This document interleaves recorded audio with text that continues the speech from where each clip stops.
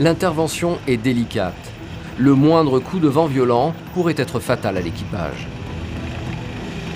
Il ne faut pas avoir peur du vide, il faut avoir confiance, se mettre sur un câble qui fait quelques millimètres de diamètre, avoir la confiance dans l'équipe. Il faut qu'il y ait une foi, qu'on ait la foi derrière, parce que sinon...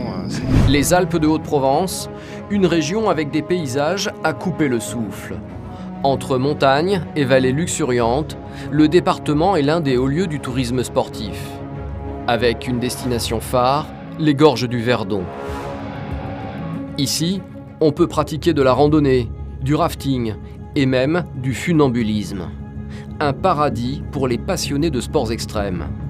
En pleine nature sauvage, l'escalade est aussi un loisir très couru des estivaliers. Mais parfois, le plaisir peut virer au cauchemar. Les pompiers interviennent environ 80 fois par an dans ces gorges, à la rescousse de sportifs en grande difficulté.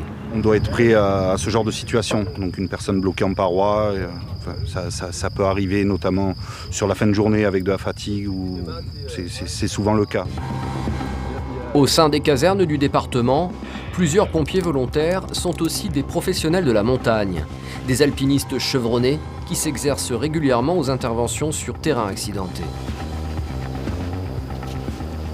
Tous les personnels qui composent ce groupe ont un lien avec la montagne. On a des guides de montagne, des brevets d'état d'escalade, des compétences en montagne, des canyons, des pisteurs secouristes. Tous on est en activité avec le milieu montagnard et pratiquent régulièrement. En plus de ces formations de haut niveau, les pompiers disposent d'une arme redoutable, un hélicoptère, pouvant les acheminer au plus près de pentes escarpées de la montagne. Comme cet après-midi, un homme est bloqué le long de la paroi rocheuse. À plus de 120 mètres du sol, l'intervention est délicate. Le moindre coup de vent violent pourrait être fatal à l'équipage. Il ne faut pas avoir peur du vide, il faut avoir confiance, se mettre sur un câble qui fait quelques millimètres de diamètre, avoir la confiance dans l'équipe. Il faut qu'il y ait une foi, qu'on ait la foi derrière, parce que sinon, on ne ferait pas ça tous les jours. Heureusement, il s'agit aujourd'hui d'un exercice. Pour libérer la victime, les pompiers vont utiliser la méthode du coupé de corde. Elle est détachée de sa cordée initiale et raccrochée à un pompier. Une fois sécurisée, la victime peut être élitreillée. Une intervention spectaculaire qui permet chaque année de sauver des dizaines de vies. Intervenir dans les milieux à haut risque, c'est donc l'une des obligations des pompiers. Et parfois, la dangerosité d'une mission est plutôt insolite. On va sur quoi là? Alors on va sur un nid d'hyménoptères apparemment urgent avec personne allergique. Donc on va aller voir déjà ce qui se passe et puis on verra bien. C'est quoi des Des hyménoptères, c'est des guêpes. Ça peut être des guêpes, des abeilles, des frelons, un peu tout ça. Donc on va faire le point, on va aller voir. Selon une étude récente, 5% de la population serait allergique aux insectes. Et en cas de piqûre, les conséquences peuvent être dramatiques. Hallucinations, œdème et même choc anaphylactique. Les pompiers doivent intervenir de toute urgence.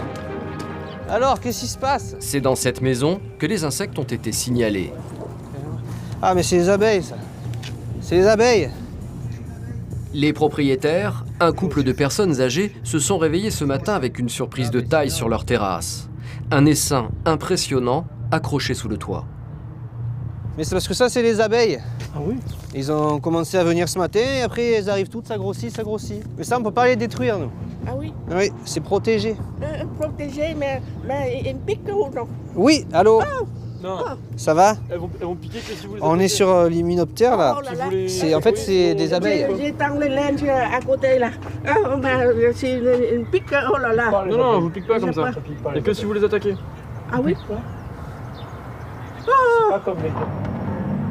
Le couple n'est pas très rassuré avec ses nouveaux colocataires. Ils sont allergiques et ont très peur de la piqûre. Alors les pompiers tentent tant bien que mal de les rassurer. Si elles se sentent en danger, elles vont piquer. Ah oui? Si on les embête pas, elles piquent pas. Faut pas les embêter quoi. Mais les pompiers sont impuissants face à cet essaim. En France, une loi interdit de tuer les abeilles, une espèce protégée. Seule solution, les confier à un spécialiste, un apiculteur. En fait, c'est un essaim d'abeilles qui est en train de se former et en fait, nous, on n'a pas le droit de... Enfin, c'est une espèce protégée, donc on ne peut pas les tuer, les détruire. Donc à chaque fois, on essaye de faire venir un apiculteur qui vienne récupérer l'essaim pour le garder, quoi. Ça l'arrange, lui. Ah ben, ça l'arrange, oui, parce qu'il récupère un essaim. Très rapidement, un apiculteur de la région arrive sur les lieux. Et à première vue, déloger les abeilles ne va pas être aussi simple que prévu. Tu vois, il est là. Peut-être qu'il y en a même un peu qui sont rentrés dedans, je sais pas. En espérant qu'elles n'aient pas commencé à rentrer sous le toit. Vu la taille de la bête, on a fait ça. Les abeilles vivent en colonie autour d'une reine qu'elles ne quittent jamais. Quand la reine est installée quelque part, impossible de la faire bouger. Et donc avec elle, les centaines d'abeilles qui l'accompagnent. Et c'est cela qui inquiète l'apiculteur. Le truc, voilà, c'est ça, c'est que si elles ont commencé à rentrer, si elles ont trouvé un endroit pour rentrer, que la reine est rentrée, je vais récupérer celle-là d'abeilles, mais elles vont ressortir direct de la ruche. S'il n'y a pas la reine dans la ruche, elles y restent pas. Elle reste avec la reine. Donc il faut espérer que la reine ne soit pas rentrée sous le toit, quoi. Qu'elle soit dans la grappe. Si elle est dans la grappe, il n'y a pas de problème. Pour le vérifier, l'apiculteur va devoir déplacer les abeilles. Dérangées dans leur installation, les abeilles risquent de devenir agressives et d'attaquer. L'apiculteur se dote donc d'un attirail complet pour se protéger le corps. Son arme, c'est ce petit récipient empli de brindilles. En brûlant, elles vont dégager une fumée qui fera fuir les importuns. Ça sert à quoi la fumée? Ça les apaise. Alors ils ne savent pas si ça les endort ou si du coup ça les met en stress parce que pour elles ça veut dire incendie, donc il va falloir peut-être quitter la ruche, donc elles s'affrètent à autre chose, quoi. Elles font autre chose et du coup elles ne s'occupent plus de l'apiculteur. Donc dans tous les cas c'est nécessaire. L'apiculteur est un expert. Et en un geste simple, il fait tomber l'essaim dans une ruche. Reste maintenant à déterminer si la reine fait partie de cette grappe ou si elle est encore cachée dans une interstice du toit.